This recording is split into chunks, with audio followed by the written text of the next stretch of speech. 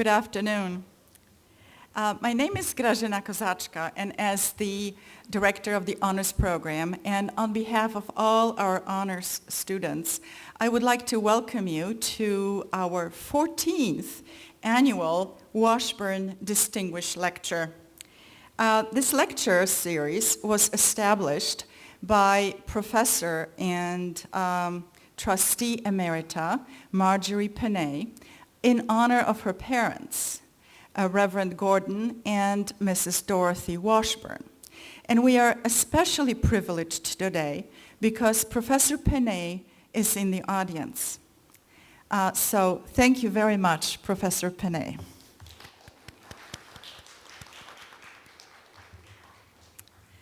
I would also like to thank President Ron Chesborough, who welcomed our speaker today, Dr. Benjamin Bates, on behalf of the college.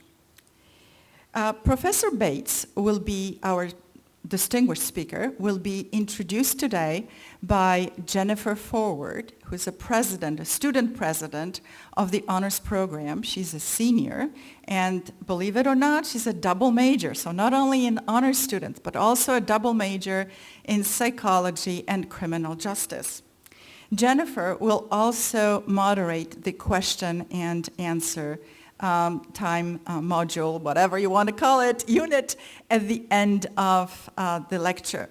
And I certainly hope that we have a spirited discussion with Professor Bates after he presents his lecture. So enjoy the lecture, and thank you very much. Jennifer.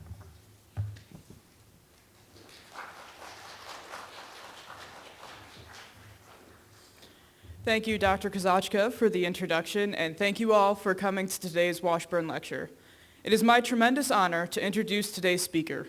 Our speaker comes to us from Ohio University, where he is the Barbara Geralds Schoonover Professor of Health Communication in the School of Communication Studies and the Coordinator for International Outreach. He has recently served as president of the Eastern Communication Association, known as the ECA, the nation's oldest professional organization for communication academics and practitioners. He is also widely published in the field of communication studies and has won awards for his research as an ECA Distinguished Research Fellow in 2013, teaching as an ECA Distinguished Teaching Fellow in 2017, and service to the academic community, earning the ECA's Past Officers Award in 2012. His research is in the public understanding of health and healing. Although he first trained as a rhetorical scholar, he appreciates and uses qualitative and quantitative methods to address questions at the intersection of health, medicine, and public need. Specifically, he investigates international affairs as they intersect with health communication issues. Today, however, he will be exploring the underpinning of ideological acceptance and resistance to wearing a face mask. So now, lecturing on the face mask as representational ideograph in the debate over COVID-19 prevention measures, today's Washburn Distinguished Speaker, Dr. Benjamin Bates.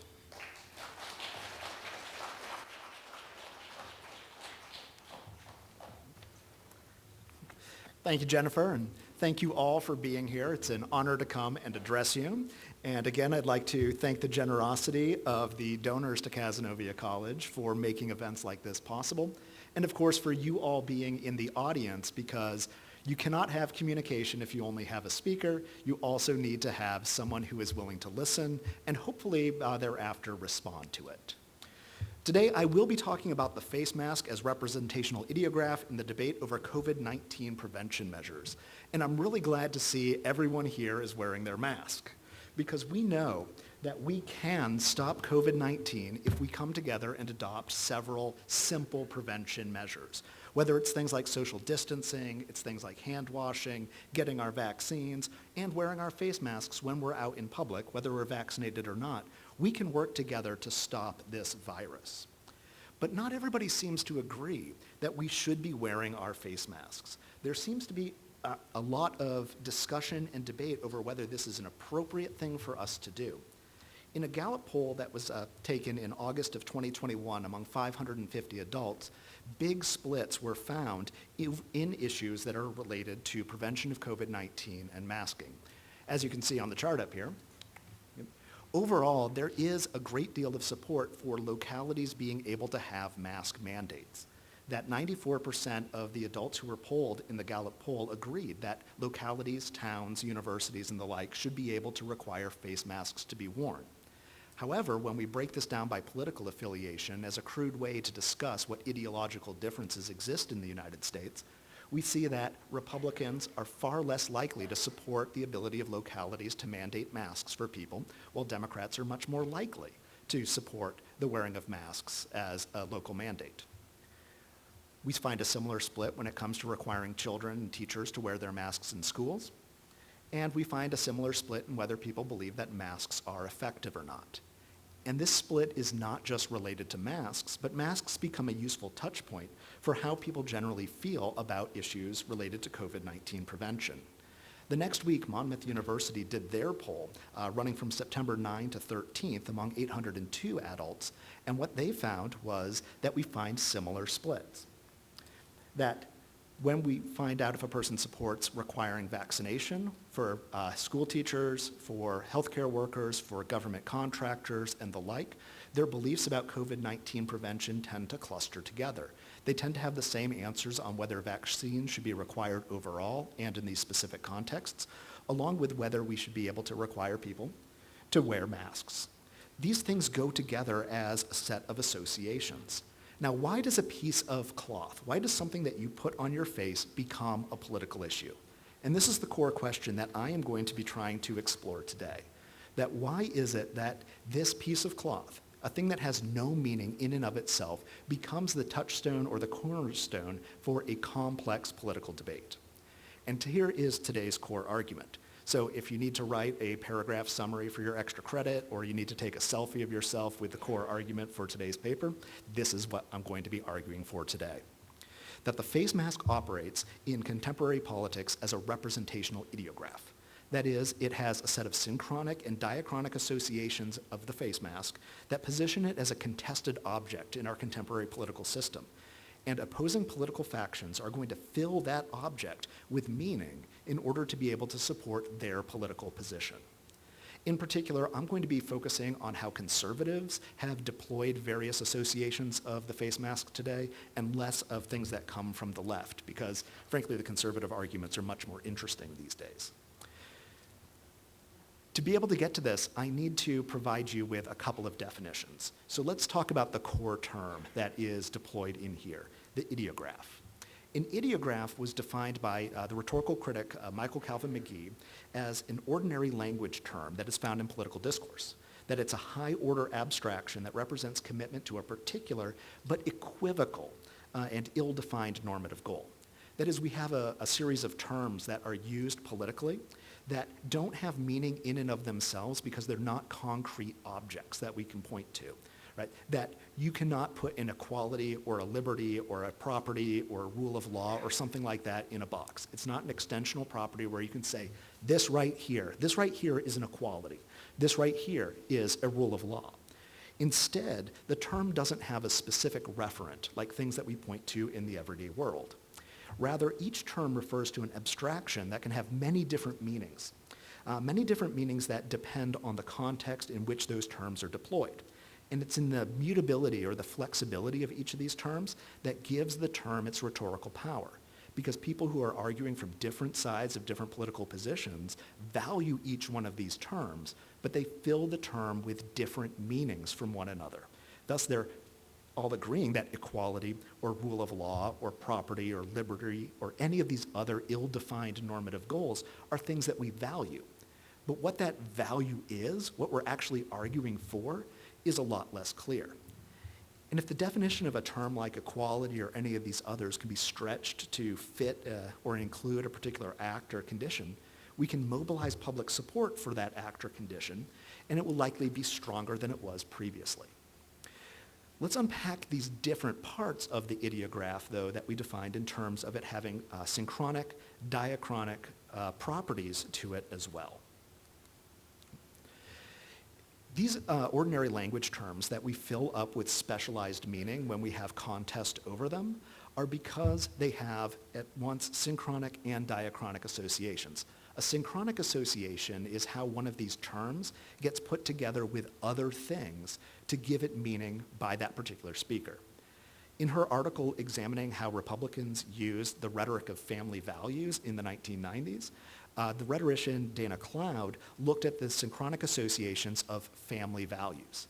And when we hear the term family values, we might have this sort of Norman Rockwell picture that gets put into our mind, that we see, his Saturday Evening Post paintings where people would gather around the Thanksgiving table, or doctors were taking care of little kids, or these other things that create like an ideal 1950s America that we're supposed to subscribe to. But what else gets put in together with those family values? To find the synchronic associations, Dr. Cloud argues that we don't just look at the specific term family values, but we look at the other terms that get used alongside and with that term of family values. To find out what the synchronic associations of family values were, she went through Republican rhetoric of the 1980s and early 1990s and found that it was commonly deployed along terms like cultural Marxism as the thing that was the opposite of family values. That if family values went together with the family, it also went together with Christian religion, it also went together with a capitalist perception of private property, and it went with a sort of nationalism where the United States could do no wrong. By putting the term family values together and alongside and with these arguments about religion, about private property, and about the nation, they were able to say if you're in support of family values, you have to be in support of the Republican vision of family values. Because otherwise, you're going to be engaged in its opposite, which is destroying the family, destroying religion, destroying private property, and destroying the nation. Now, of course, Dr. Cloud objected to the ability of one party to take over the idea of having family values and the other party not being able to have family values. But it was a really successful rhetoric because of those associations that were made at the same time to provide this sense of meaning for the Republican Party. But these terms are not just used at one particular time. They're also used across history. And this is when we get into the diachronic associations of one of these powerful ideographic terms, that we don't just use liberty, equality, or family values in a present moment, but they call upon long histories. Janice Edwards, in her examination of how the Iwo Jima image was deployed from World War II to the present, said that what we do is we take the values that get encoded in a long ago past and we bring them forward unconsciously into the present. So she took a look at this particular picture, which you've all seen this picture before? Yep. That it is of US Marines who are under heavy fire, raising up the flag of the United States on the island of Iwo Jima to show the resolve of the United States against imperialist aggressors. What Dr. Edwards finds is that over time, this image of soldiers raising up an object gets replayed over and over so that we recall this World War II victory and bring it forward into more contemporary political affairs. When she looked at political cartoons that were deployed around the time of the First Persian Gulf War, she found that there were many images of soldiers raising gas pumps, oil wells, other things associated with the oil extraction industry. And she said that the associations that we had across time from when this Iwo Jima image was a very powerful way to justify American efforts in the Second World War became the values that were carried forward into the First Persian Gulf War as why we needed to go to war, that our soldiers are to raise up particular things on behalf of the United States. In this case, access to fossil fuels. So we have these associations across time, and we have the associations in the present moment. The final thing that makes a representational ideograph different from these other kinds of ideographs is that a representational ideograph is going to turn to a specific physical object as a representation of these debates. And the concept of the representational ideograph was developed by Mark Moore in his discussions of the handgun, the cigarette, and the spotted owl in the Pacific Northwest. Now, the spotted owl controversy was long before most of this audience was born, so let me take a moment and talk about this rather unimpressive bird of prey. Do any of you have strong feelings about this owl? One person has strong feelings about the owl. Two people. Not many people do right now. That's because this owl is not an object of contestation in our contemporary political moment. It is not something that we are fighting over the meaning of the specific owl. But what Moore discovered was when he looked at political cartoons that were done around the time of excess logging in the Pacific Northwest of the United States, is that the owl became a contested object because it was a condensation point where everything came together when people wanted to either hate the spotted owl because it was destroying timber jobs, or they wanted to love the spotted owl because it prevented exploitation of natural resources. And the spotted owl, in and of itself, is just a rather unimpressive bird of prey. There's lots of other owls that are out there. There's lots of other creatures that could have been used. But this one was chosen because it was unique to the Pacific Northwest. And during the time where they were trying to regulate this particular set of logging lands, they said the Endangered Species Act says you can't log this land because this spotted owl lives there.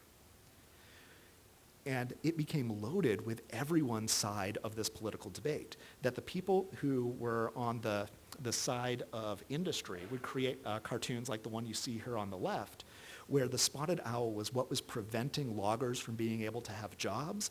It was undermining the economy of the Pacific Northwest because you couldn't cut down forests. And if we could just get rid of that darn owl, right, we would be able to save all of these jobs. At the same time, as shown in the one on the right, if you can read what's on that little box, it says that it's timber and mining and coal, that it's all of these extractive industries that are blaming the owl for their own exploitation of natural resources. Again, the owl has nothing to do with the choices that were made about whether we should log or not. It simply becomes this contested object that serves as the focal point of the debate. So if we have these representational ideographs, these ordinary objects that have synchronic and diachronic associations that become the site of political contest, I'm going to argue that the mask is a representational ideograph in our contemporary system. I'm not going to spend too much time on the first three claims, but I'll spend a lot of time on the final one. The first is that I contend that the face mask is an ordinary term, that masks exist, and they're out there. I mean, y'all just had Halloween, right? Did you dress up as somebody else? Did you put on a mask? No? Oh, you should go trick-or-treating. It's really fun. It brings back your youth. Okay? This particular mask, though, is one that has been very flexible. Anyone recognize this mask? What do we have here? It's the Guy Fawkes mask. And of course, we all know that Guy Fawkes was the guy who tried to blow up the Houses of Parliament. And that there's a huge Guy Fawkes celebration that goes on where people will burn a dummy that is wearing this particular mask to show the ability to support democracy over terrorism, et cetera, et cetera, et cetera. Of course, that might not be the only time you've seen this particular mask. Maybe you are fans of the movie.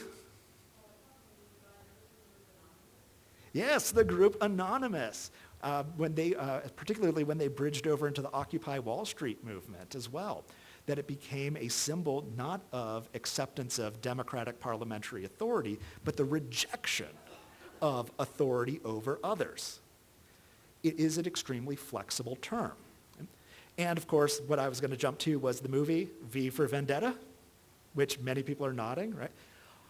If this term can absorb all of those meanings, I argue that it is an ordinary term, that the face mask has existed for centuries. Actually, it's existed for millennia, as we'll get to in a bit, as something that exists in our society that we can give flexible meanings to.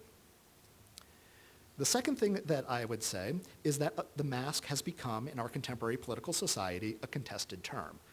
As the Washington Post reported in late 2020, mask use or mask refusal has become a symbol of the struggle between individual autonomy and social responsibility. That wearing a mask, which is one that is that act of social responsibility, or not wearing a mask to support individual autonomy, has become a cheap and effective way to demonstrate a person's political attitude. That generally we find that those who wear masks are on one side of the COVID debate and those who don't are on the other. And it's really hard for them to come to agreement with one another, and that choosing to wear your mask or you take it off in protest becomes a political statement. Third, the mask has synchronic associations. that early in the discussion of whether we should all be wearing face masks, Dr. Anthony Fauci told us initially, face masks should be reserved for medical personnel, people who really need them. And we were all making masks out of bandanas and t-shirts and stuff like that so that we could preserve masks for physicians and healthcare workers and EMTs and so on. And he backed off of that, but he created that synchronic association on one side between mask and protecting of health. At the same time that Dr. Fauci was making those statements, other people were wearing other masks for very different reasons. You might remember the protests that were going on in the streets surrounding the killings of Ahmaud Arbery, George Floyd, many other people, where there were often cases of protests, looting, and burning. And at least as they were covered in major media outlets, they would show many people wearing masks while engaged in these sorts of destructive activities. Right or wrong, the mask became associated in that synchronic movement with criminality in addition to the associations with healthcare workers. But most interesting to me in the course of the debate over masks is the diachronic associations of the mask. And this is where I'll spend most of the time, is that the ideological underpinnings that come from those diachronic, that is over time historical associations of the face mask with other values, create some very powerful ideological bases for why mask refusal is a very powerful political statement in the contemporary United States. And in particular, that bases that come out of religion, particularly out of the Church of England in the early Puritan founding of the United States, out of the late colonial period in the United States and Europe of the 1880s to the 1960s, and then the associations between removing one's mask and being able to participate fully in democracy from 1880 to the present become very powerful ideological bases for why you would refuse to wear a mask. That is, a particular interpretation of religion, a particular interpretation of colonialism, and a particular interpretation of democracy. So let's go into religion. And again, when I talk about religion, I'm talking about that Judeo-Christian, early Anglican, Puritan founding religion of what would become the United States. That this is the association that gets drawn on. You've probably seen examples of this as recently as 3 weeks ago. Some court cases were filed where parents were claiming that their children should not be forced to wear masks in school because if they wore masks, they couldn't pray while at school because God could not recognize or hear them through their masks. I heard a giggle out there because somebody thought that was kind of silly, but it has a strong basis in the founding of the United States as a particular kind of religious country. Now, I said that earlier, that millennia ago, we began to associate masks with the human experience. And this is why, about 3,000 years ago, Plato banished the theater from his ideal republic. That by wearing the mask, you are creating a false reality. You are becoming a person that you are not, and therefore you are misrepresenting your true nature and your soul.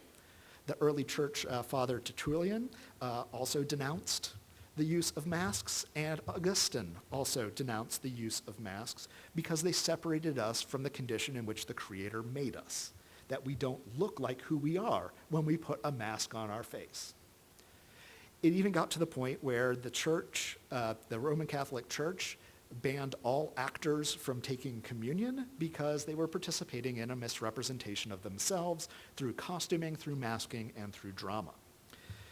As much as this might seem to be extreme, it also became part of the early Puritan movement that led to the founding of the United States through that sort of pilgrim movement into Massachusetts. That the Puritan minister, William Prynne, told us that we were directed by God to use proper prayer and to never turn away from him. However, heathens were instructed by the devil, their masters, to remove afflictions through plays and acting.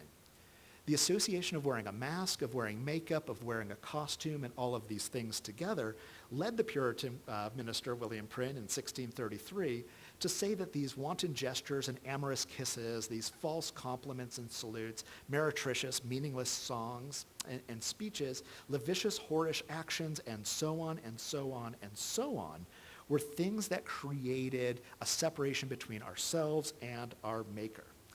Our colonial ancestors did their very best to keep theater entirely and the masks that were associated with it out of the Americas. And when it arrived, they greeted it with the kind of demonstration that they usually reserved for British tax collectors. You might remember from your history books that there were Stamp Act riots in 1765 in New York to resist the imposition of burdens from the crown onto the colonies. But those were also followed by a series of riots in 1766 against theatergoers and actors who tried to set up their playhouses. Much of this is because, as the Reverend William Law told us in 1726, the playhouse is in its very nature something that separates us from our relationship with the maker. That the playhouse, not only when some strange play is on the stage, but when the common everyday entertainments are taking place, make our world into the house of the devil, as he puts it.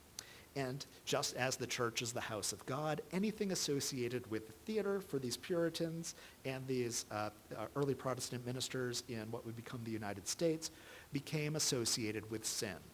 That our common strumpets and adulteresses upon the stage were merely playing a role, or were they? The Reverend Law argued that these actors would adopt their bad behaviors once they got off the stage, and that theaters were essentially bawdy houses or houses of ill repute. And this association of anything theatrical led to an anti-theatricalism movement throughout what would become the United States. And it didn't just stop in the 1700s. That, as the Reverend Winchester in Philadelphia told us, a reformed theater is a contradiction in terms. The theater exists to cater to that taste for licentiousness, which is one of the developments of a depraved human nature.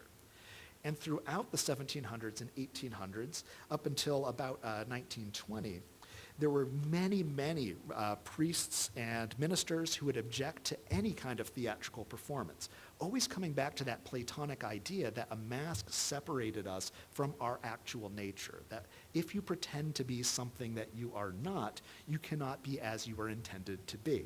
It's a totally tautological argument, but one that becomes easily demonstrated where if I don't see your true face, I don't know the true you. And this was the association that early religion in the United States would create for the mask. These arguments started to fall out of favor as vaudeville shows began to become very popular, as traveling entertainment was made possible by the creation of steamships and railways that brought entertainment to the masses across the United States. At the same time, however, the United States began to participate in a new discourse, began to participate in a discourse of colonialism. That these very same steamships and railways that increased the mobility of theater also created mobility for travelers. And while tourism had been reserved for a very few selected folks, it now became available to the middle class. And this coincided with the increased collection of non-Western objects and the founding of ethnographic museums. Earlier today, I had the opportunity to visit one of those ethnographic museums when we went over to the library, and we saw the collection of Egyptian artifacts that had been brought back.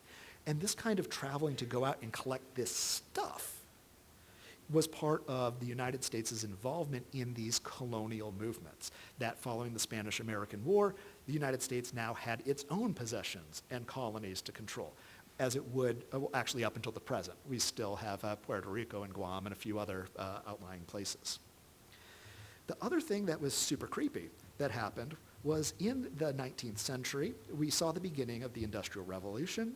As cities grew and life becomes industrialized, people in the population wanted to look for a time when they were closer to nature, to trying to find what we were like before we became overly civilized.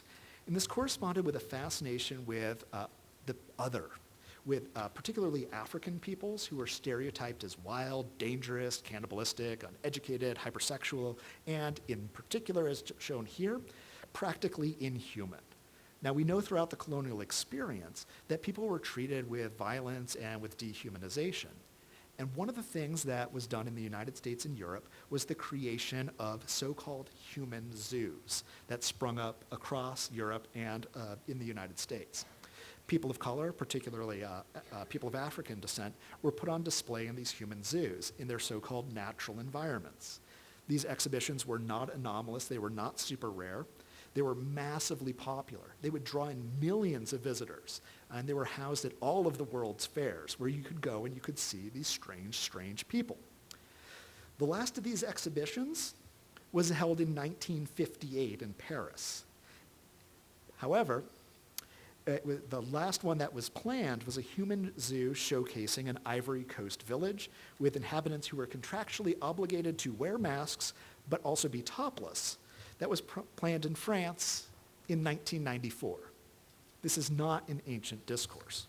But part of this natural habitat of the people was what you see in this image, that they were put into their most primitive state, that the mask wearing in this case to capture the spirit of some non-human animal, be it a lion, be it a jaguar, be it an elephant, be it something else that you would dress up as, was taken as a way that these other peoples, these so-called savages, would try to take on the mystical properties of something that they were not by putting on a mask as its representation. This was not confined to the human zoos that you would find at the World's Fair and other exhibitions, but also became part of leading movements of how the United States and other Anglo-European powers were able to justify their colonialism. That as the Fauvist painter Maurice de Vlaminck described it, these masks were a way of capturing a primitive energy, of creating an alternative cosmology of the world that showed what the savage mind was truly like. He defined it in this hierarchical assumption by recognizing the artistic value in this sort of allegedly savage mask in these figures at a time when state-supported scientific disciplines like anthropology had very little to say about their logics as a culture. But instead taking this artifact out of its context in the normal world and saying, what can I do as an object of colonial plunder? I have this, how can I give it meaning? And he talks about this time when Picasso and Matisse, these famous painters, came over, and they were just thunderstruck by its primitivism and its grandeur, that it had captured something out of the savage African mind that allowed them to say, I have captured the power of the spirit world, in this particular case's mask, that entrances and disturbs the person who views it. That this other ability to access into one's worldview is one that creates this primitive logic that comes from the mask as imbuing you with special powers. And the collection of these masks was not limited to a few artists like our friend de Vlaminck. It was not limited to people who would go and collect, there's an Egyptian mask over in your collection in the library. Not limited to just a few, but became something that nearly every museum had to have. That I took these pictures, one in the Museum of Fine Arts in Montreal, the other one at the Met in New York, but you could go into nearly any art museum and find a similar collection. That, as the artist Maya Campbell put it last year, in room after room, you come face to face with these masks encased in glass. A mask whose mystical powers are only fully realized when worn by a person, when they're put into motion, when they're used in symbolic ritual. But these masks are taken from Africa and placed in American galleries, are placed in European galleries, held in stasis, in symbolic death to control the savage person who originally wore them. She wrote this as a person of Nepali and Afro-Caribbean heritage last year. These are still contemporary discourses that are ongoing, that the mask represents a form of primitive magic. Finally, as a third source of ideological justification for being against the mask is the way that we have associated particular forms of democracy with mask refusal.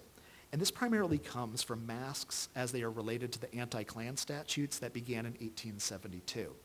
That although we might often think of members of the Ku Klux Klan as wearing their white robes with the pointy hats, the original Klan dress was similar to what you see in this picture. This is a police lithograph that was done in 1872 of some early Klansmen who were arrested.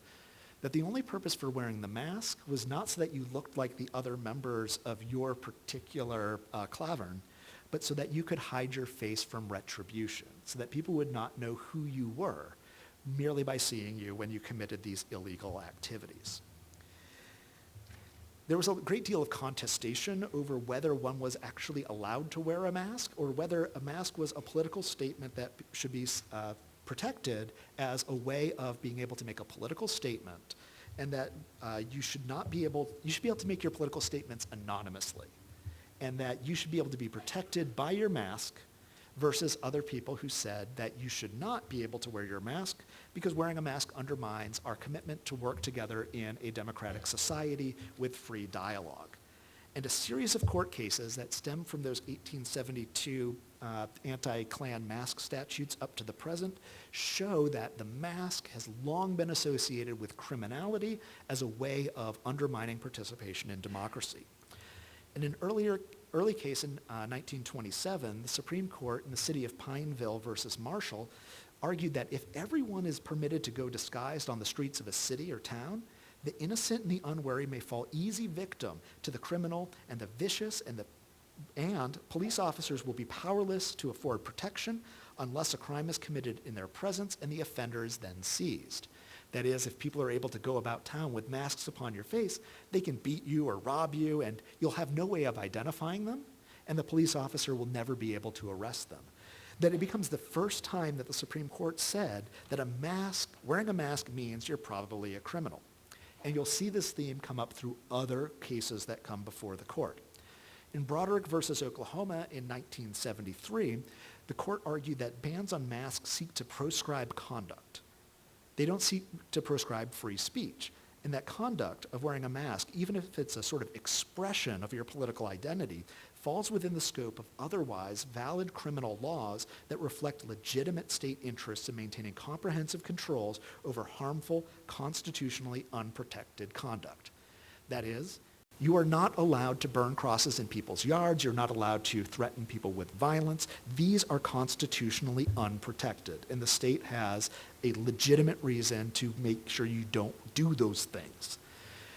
Just because your mask represents yourself as a Klan member, it doesn't mean that that's the only thing it does. It hides your criminal intent, and the state has a legitimate interest in maintaining control over those criminal intents.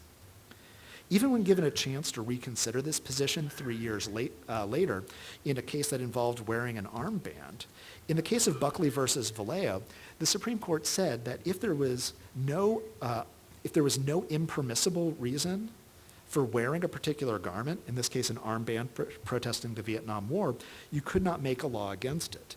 But they carved out a specific statement regarding masks. In this case, where they said that you could wear an object of clothing to represent your political beliefs, it was equally plain to them that anonymity has been assumed for the most pernicious purposes. Anonymity is neither an absolute social good nor an absolute constitutional right. Consequently, statutes that affect an individual's right to associate or advocate anonymously are analyzed in light of the nature of the governmental interests that are furthered by the statute and the extent of the burden they place on individual rights. For other pieces of clothing that we wear, buttons, armbands, hats, those sorts of things, because they don't conceal your identity, because they don't provide you with anonymity, you are taking responsibility for what you say. If you wish to make an anonymous statement, however, even if you are someone like the people who wrote the Federalist Papers under the cover of anonymity, they said you sometimes have the right to that, but usually being anonymous means that you don't. What are the compelling governmental interests that require you to show your face? And in this case, they said the face mask is really, really a problem because you can't participate in democracy if you're wearing a face mask. As recently as the state case this is the most recent challenge to mask statutes, as the case in Georgia, State versus Miller in 1990, they reminded us that public disguise is a particularly effective means of committing crimes of violence and intimidation. From the beginning of time, if you want your ultimate diachronic association, anytime someone says from the beginning of time, you know they're calling to the ancient past. The mask or the hood has been the criminal's dress. It conceals evidence. It hinders apprehension, and it calms the criminal's inward, cowardly fear. At least since 1927, the Supreme Court of the United States and other courts have been telling us that the primary diachronic association of the mask is with criminality, is with an inability to participate in overall society.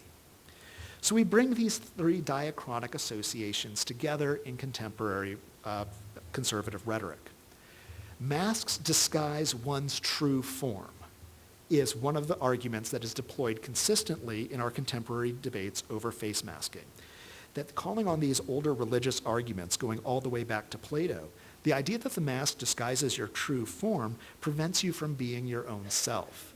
And people saying that I cannot express who I am, that it muffles my voice, that it does not allow others to recognize me, all of these arguments about being able to speak and be seen draw on the idea that the mask disguises you. And if the mask disguises you to deny your true form, it activates those historical associations with early Puritan rhetoric and early religious rhetorics in the United States. The second argument that becomes activated in conservative rhetoric is that masks operate as a form of primitive magic, drawing on this colonial legacy. That you might have heard that people say, if vaccines are effective, I shouldn't have to wear my mask. Why do I keep wearing my mask? If social distancing works, why do I need to wear my mask? If this, why do I have to keep wearing my mask? People saying it's just a piece of paper. Now, just as in their first argument, they say I can't breathe through it. In the second one, they say it lets everything through. Masks don't actually do anything. An argument you have probably heard. This represents the idea that masks are a form of primitive magic, that we feel better about ourselves by putting a piece of cloth on our face, and that it has no actual impact, is their argument. And it draws on this idea that masks are used by savage people, by unscientific people, by people who don't understand how the world really works, reflecting that colonialistic legacy from the 1880s up until the present. Finally, masks are for criminals. This one is quite easy. Who wears a mask? Bad guys wear the masks. You've seen your contemporary superhero movies? Bad guys wear masks. You see cowboy movies? Bad guys wear masks. Bad guys wear masks is something that has been continuous and ongoing. Why are you trying to hide your face? Not so that you can just change your true form, but so that you can commit obscene acts of criminality. And is supported by those anti-Klan statutes, this ongoing statement that masks are dissociated from your full and proper participation in democratic society is an ongoing and sustained argument. The people who say, I cannot breathe and I cannot speak while wearing my mask, I cannot go to this meeting because you forbid anyone who shows their face from coming in. The people who say, I want to send my children to school without masks so they can become educated properly. Other things where the mask becomes a barrier to participation in public life is used as a way of saying, you're not looking at our proper way of how masks fit in our democratic society. You take off your mask so that you are not a criminal. These things come together such that the face mask operates in our contemporary politics as that representational ideograph. That the synchronic, and in particular, I argue, the diachronic position of the mask makes it as a contested object in which opposing factions fill it with meaning to support their position. And this is why conservative speakers are so hard to move on the issue of masking. You take those very powerful discourses of religion, discourses of colonialism, discourses of democracy, and you fill objecting to masks with those values, the mask becomes unacceptable. To force someone to wear a mask is to force them to give up their religion. To force someone to wear a mask is to force them to engage in primitive magic. To force them to wear their mask becomes to make them a criminal who is outside of democracy. This is the argument. This is what gives it the ideological support to object to wearing the face mask. And so at the end, it's not a matter of education. It's not a matter of recognizing the other. It's a matter of firm ideological values that are almost impossible to shift. And that's why the debate over the contemporary mask is so fascinating to me, that these associations, so long buried, stretching back millennia as to why we would not wear a mask, are the arguments we need to overcome if we want people to wear their masks. Ultimately, I want us to defeat COVID. Ultimately, I want us all to be vaccinated. And I feel quite comfortable wearing my mask, and I hope others do as well. But until I recognize seriously the firm ideological groundings of those who would disagree with me, I cannot convince them to change. And that's why I think it's important that we recognize the mask as a representational ideograph in these debates over COVID-19. Thank you for entertaining my ideas, and I look forward to our dialogue about what the face mask might do.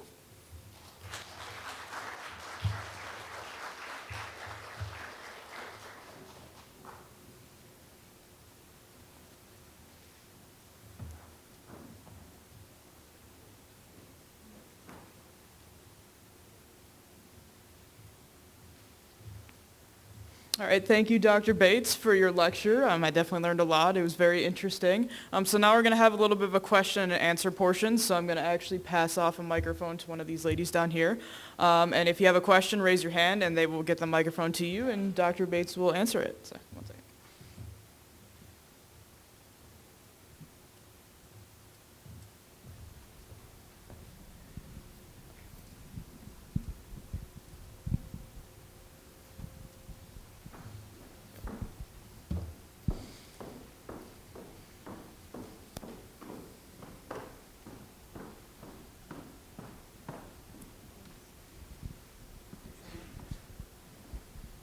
Hello. Okay. Hi, my name is Amanda Presley.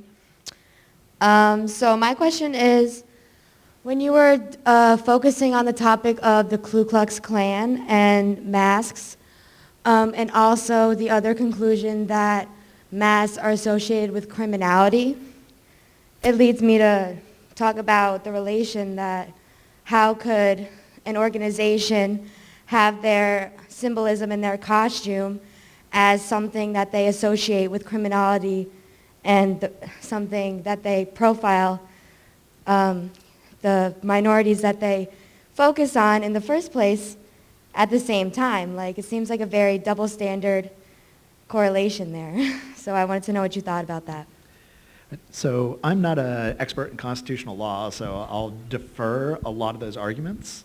But what I will say is that in the city of Pineville case, and all the way up to Georgia versus Miller, those who were arguing on behalf of the Klan made arguments that they needed to wear the face mask as a form of anonymity, that they were adopting the stylings of the founding fathers of the United States, where in the Federalist Papers, those were written under anonymous names to prevent reprisal by the British Crown, that people dressed up in the Boston Tea Party as Native Americans so that they would not be identified and retaliated against. And they said that sometimes good ideas, and believe me, I don't think the Klan has good ideas, they said sometimes good ideas need to be protected by anonymity because we will go and we will kill the advocate. We will hurt the advocate and silence their voice in that way. The Klan and their lawyers argued that it was a political statement to mask one's face, to become part of this movement. You should focus on not on the identity of the person who makes the argument, but you should focus on the argument that they're making. Now, again, it's a terrible argument to believe in things that the Klan believes in, but this is what they tried to create a different association between what the mask did, and they tried to create an association between masks and liberty, masks as a form of speech, which the court has routinely and roundly rejected, mostly because of the legitimate state interests in bearing that face, of saying we need to know who's engaged in threatening and cross-burning and the other illegal acts. And that's why we'll have this very narrow exception, that most of the mask statutes have exemptions for trick-or-treating, they have exemptions for play acting, for costume parties, that kind of stuff. It's only when you're wearing it so as to threaten. It's super narrow, but the way that it gets interpreted out of their statements is masks are worn by criminals. Right? They leave out the Halloween, they leave out the play acting, they leave out that kind of stuff. So I think that's the argument that the Klan would make, is that the mask enables their free speech, no matter how reprehensible that speech is. But that's an awesome question. Got one up front there.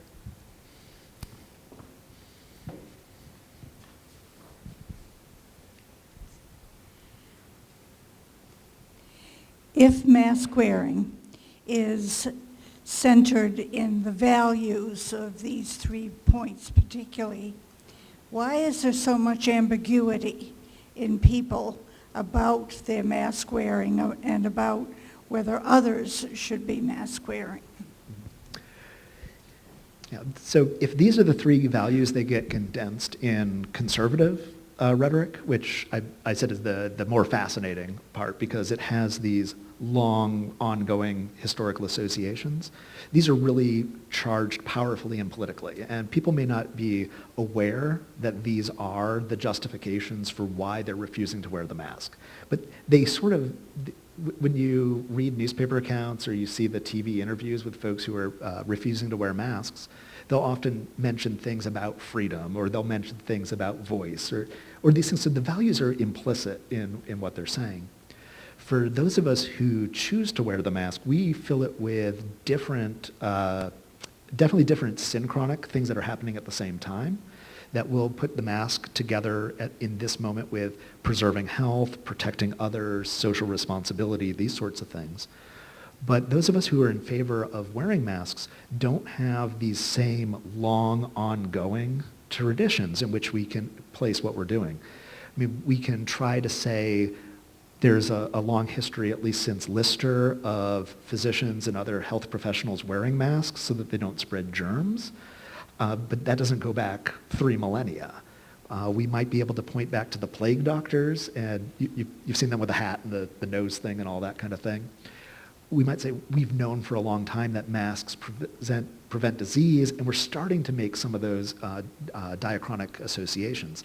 They're just not as powerful that in the neoliberal United States, we emphasize freedom, we emphasize democracy, we emphasize those kinds of core values that are super individualistic, that our competing value cluster just don't have the same ideological strength, particularly when we're trying to say, okay, how does health fit into this? Or how does social responsibility, particularly when we're such an individualistic society? And so this is why I think that anti-maskers just have the more interesting and perhaps the more powerful set of historical associations to empower their rhetoric.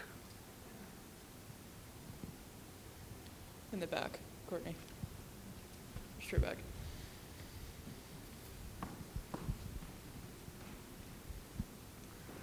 So do you think that, maybe in like 50 years, going back to how you were talking about the spotted owls, do you think that the image of the traditional medical mask, are they still going to carry a similar weight in the political parties, or do you think that once the pandemic is finished and kind of wrapped up, that it will sort of die down into almost some background noise, or will it create a new meaning for future generations? I think that's a great question, and it's always hard to predict the future, right? That we don't know what that object will carry forward to into the future, that if we were a rational species, right, we would be looking back to the Spanish flu experience where we had all these same debates over social distancing and mask wearing and whatnot. And people were mask refusers back then, as well as like mobs beating up mask refusers and forcing them to wear masks. I would hope that we don't have to beat up people, but I would hope that we would learn the lesson from this time and that we would carry masking forward. I mean, in East Asia, it's very popular to wear a mask if you feel like you might be coming down with a cold because you want to protect others with that rhetoric of social responsibility. But we don't really do that in the US. So I don't know if the mask is going to be like the spotted owl where 30 years from now we don't have strong associations with it, or if it's going to become like the iron lung or the polio vaccine scar, where it becomes a marker that people look back to and say, we don't ever want to get to that disease condition again. And so look at these reminders of the past so that when you see a mask, it activates those associations. I don't know what it's going to do in 50 years. Given what I'm seeing now, where there's such an emphasis on individual liberty and choice, that I'm not optimistic that we're going to keep the mask around as a symbol of social responsibility. I think it's more likely to carry forward as with that anti-theatrical tradition, with that colonial tradition, with that with that association of masks with criminality, because those have been very strong driving forces. So I'm not super optimistic. We got a few. Do you want to start with Dean Detmer, and then we can work our way around? Thank you. Hi, I'm Sharon. Hi. My question is, when you were starting to say the like the criminality of the mask and naming some of them, my brain instead was going back maybe 50 years. So Batman, Superman, Zorro, the Lone Ranger, you know, and then more recently some of the superheroes that wear the mask, and all mine were good people, you know, doing good things. So, and we can go back 50 years with some of that. Why isn't that making a change in the image of the mask? Yeah. So I almost had my Marvel superheroes collection of masks up there. And I think this would be a fascinating thing for someone else to do, but if we look at the position of the mask, like which part of the face is being covered, that Batman's cowl covers the nose and eyes, right? Daredevil's mask, nose and eyes. Doctor Strange shows his face. Iron Man explicitly takes off his mask and tells the world that he's Iron Man, and so on, right? That they show the lower half of their face or they show their whole face as a general trend.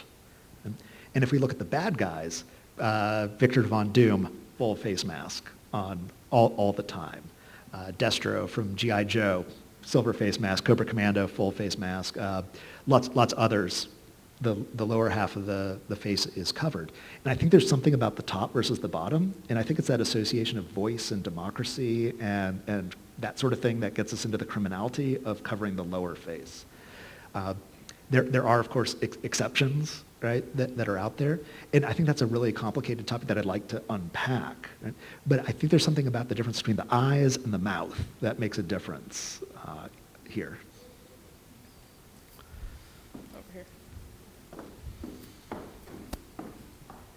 Oh, and then there's Lex Luthor. We can see his whole face. He makes it very complicated. So I would have always agreed with these three long-standing notion of masks as a disguise, tapping into primitive magic and criminality, not realizing that it was related to democracy, religion, and colonialism. Okay, but now one of the common uses of masks now is for social responsibility. What do you think about it as an expression of individualism? Like, I want to save my own life. If it works for the rest of you, good luck with that. You know, I mean, what about that? Does that count as individuality? I would say yes, that would count as individuality. It really got undermined by the scientific studies about the utility of the mask, is that we've discovered that unless you have an N95 or better mask, the mask doesn't actually protect you. The mask actually protects the other people that you might breathe on. And so it scientifically doesn't fit, and this is one of the problems of the contemporary left in the United States, is that it tries to be fact-based, and facts don't always work as well as like the feeling and the emotion in the ideology works. The way that I think that we might be able to recover face masks is to be able to tap into individualism. It goes back to a discussion we had at lunch, is that when I bought my first set of masks, of course I had the surgical ones, but I also got a University of Georgia mask because that's where I did my degrees, and I got an Arsenal Football Club mask because that's the soccer team that I support, and I have I hope I don't offend anybody here, I have a New England Patriots mask because, and so on. And that became how you could use the mask to express your individuality. Right? And if we make perhaps the mask into a fashion statement, we can tap into some of that. If we could tap into this cultural iconography, if we could tap into consumerism, these other values, maybe we can drive people to adopt more masks, not for social responsibility, but so that they look cool and fashionable.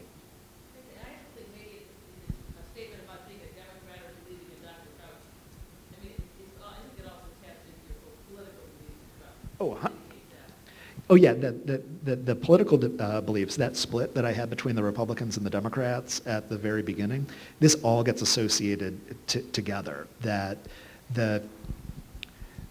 I think that party identification is a really crude way to split up ideological orientation. But the racist underpinnings of the colonialist narrative, right, the particular view of Christianity espoused by the Puritan rhetoric, those sorts of things, those drive really hard into fundamental paleoconservative kind of tenets that don't fit well with believing a Dr. Fauci, right? That the anti-science arguments, I could pull those out of the Puritan era, and I could show how you had to adopt a particular view of science, particularly during the colonial period, where those mask wearers are less than, you could measure the size of their heads or something like that. But yeah, overall, yes, is the answer.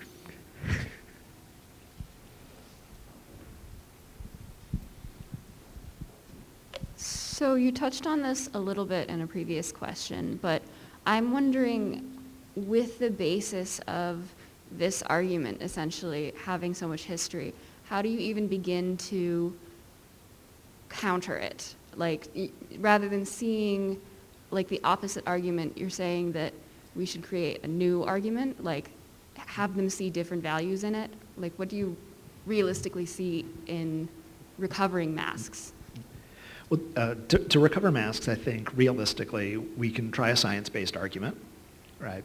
And I think that there is a strong strain of altruism among people, that we do want to help our fellow human being. We can try to tap into that. So far, that hasn't been super effective. We can try the consumerist model, which I think is working to an extent. But if I want to think bigger, what I might try to do is try to reclaim those ideological discourses. That at the same time that the Puritans were doing their thing in the Americas, you also had the rise of early Quakerism, right? You had nonconformist religions coming on. Free love started in 1720 in Boston. Like, all these things that were religiously based. Can we recover that more tolerant religion as opposed to the Puritan religion? I mean, we've probably seen passion plays that are done around Christmas where people, they don't actually think that they're Jesus, right, being whipped as they carry the cross along, right, but it carries an important message. That there is a theatrical tradition in Christianity that we might be able to say, no, look, get rid of don't emphasize the Puritan associations. Let's try to talk about the other ways that we've used masks to spread eternal truths. I might try that.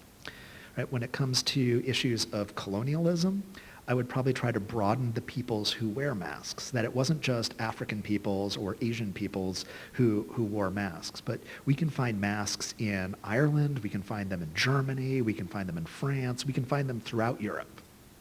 And if we can basically get white folks to acknowledge that, hey, we have been wearing masks for a long time, that it's not just for the other, but it's part of our history and our tradition to wear masks to represent the most powerful us that we can be, we might be able to undermine that colonial discourse.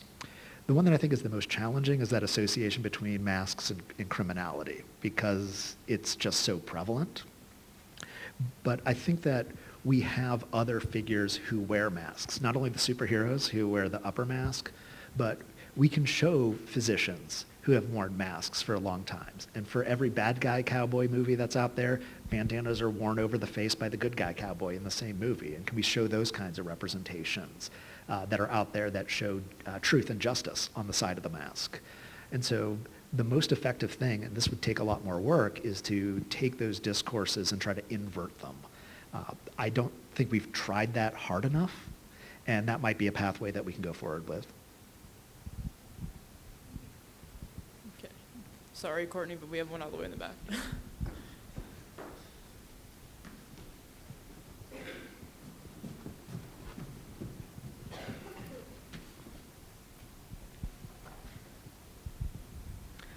Hi. I'm wondering, you mentioned the connection or the association of wearing masks with these longer-term historical things, and yet you mentioned toward the end there in some of the questions an association that you haven't really emphasized, and that is the association of mask wearing with these images of East Asian nations. And if you think about the connection there in the conservative mindset, it's not an association with the things you mentioned, it's an association with socialized medicine, why would it not be the more recent association with socialized medicine that's the foundation for the resistance to mask wearing, as opposed to some of these longer things? And let me just add one thing at the end, and Marge Pinet may agree with me here, but since you said where your degrees are from, how about them dogs? That's right. As long as they keep the next 4 weeks going, I'll be a very, very happy man with the Georgia Bulldogs. You know, when it comes to the association with East Asia and with socialized medicine, I would say that socialized medicine is a much more recent phenomenon, that I would put that into the syncretic category, that it is, I mean, most of those health systems are less than 50 years old, so it's fairly recent. It's within the lived memory of a lot of folks. But I think it is a thing that we might be resisting, not just because it is, finding an association between the mask and socialized medicine works, I think, to an extent. It would explain, perhaps, why there would be a stark difference between the United States and why there would be one between East Asia where there's such a system. I don't think it works very well when we get into a place like Britain, where we see a similar anti-mask movement is going on, where Britain has socialized medicine, right? And they like their NHS. They like that system. So it doesn't hold up there. So we'd have to ask ourselves, what makes the United States different with that particular relationship? And I think if we were to look at how we sort of treat East Asia, and do we want to model or do we want to let in too much East Asia, we can look at other associations that don't fit with the socialized medicine argument, but might fit with